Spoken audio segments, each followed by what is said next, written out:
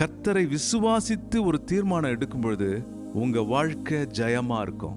அல்லேலூயா. அதுதான் முதலாவது கோட்பாடு. உங்களுடைய வாழ்க்கையில உங்கள் உள்ளத்திலே கர்த்தரை குறித்த விசுவாசம் இருக்கிறதா?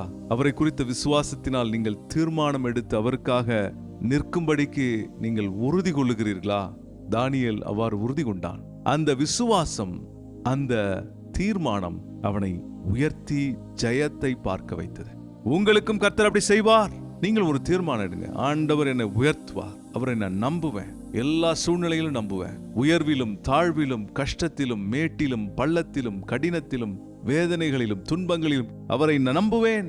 அதான் பவுல் சொல்லுகிறார், பசியோ பட்டினியோ பஞ்சமோ நாசமோ மோசமோ எது என்னை கிறிஸ்துவின் அன்பிலிருந்து பிரிக்க முடியும்?